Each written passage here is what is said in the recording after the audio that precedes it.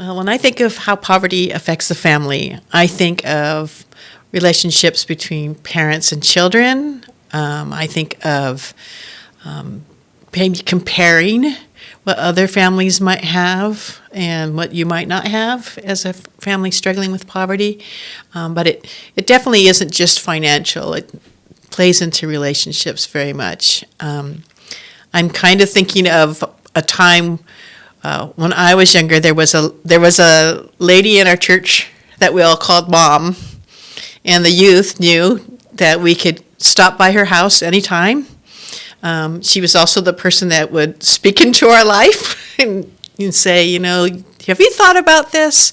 She would give advice, but she was someone that was really comfortable to be around, and that's how I think how we can help families that are living in poverty. A lot of times you'll see single parents. That's a big effect that poverty has. Once there's perhaps a divorce or death in the family, and there's one parent taking on the financial responsibilities, I hear things like, my child doesn't understand, we can't afford these things anymore. And I see a lot of, maybe focus on the material things that you can't provide for your kids. And it's important for someone to come along that's got good relationship with that person and share with them, there's a lot of other things you can be doing with your family, and they don't even cost money, they cost time. And actually, that's usually what kids are looking for anyhow.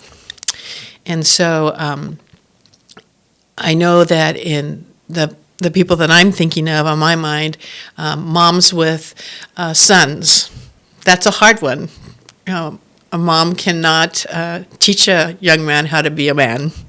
They just can't, and that's not her job. And so recently I was even talking with a single mom, and I said, when I was a single mom, the men in the church were kind of like my big brothers, and they'd come alongside, and they'd do things with my sons, and it was a safe environment, and they were going to do things that I had no clue how to do to teach my sons, and it was such a huge impact on them and such a relief for me. So I think we need to quit undervaluing or underestimating the things that we can do with our neighbors and the people we come across that are affected that way. When you have maybe some traditions in your family, that's a good way to reach out to a family, especially if it's a tradition that just is about how you spend your time together. Again, that's not a monetary thing. It's an experience, and those memories are way more valuable than what you could buy your child. I also think of the single people that they never get married, and they sometimes feel left out. Include them in like a brother or a sister, whether it's having them over for meals or I know one time in my life I had a dear friend who just would say, hey, I'm going to go run to the store, you want to ride with me?